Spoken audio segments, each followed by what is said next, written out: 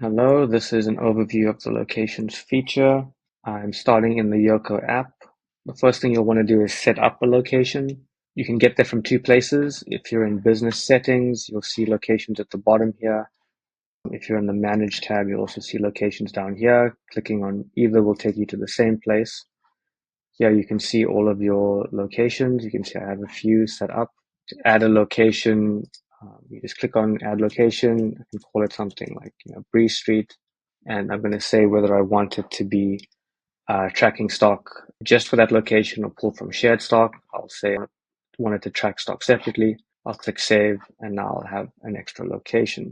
You also want to make sure you've set up your locations on all of the devices that you are using, whether that's a handheld device or a counter or a phone or a tablet that is running the POS app. The way that looks is basically this. This could be a counter, for example. You'll see a pop-up, select the selling location for your device. You'll click on that. You'll choose your location, set location, and then from there it will be set.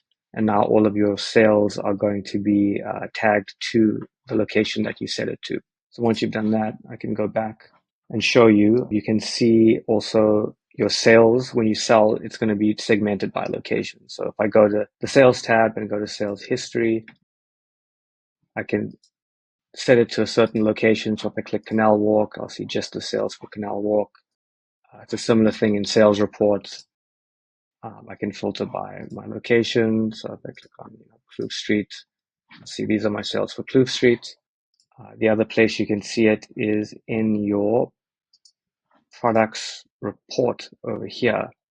So if you click on your products report, you can see your overall snapshot here.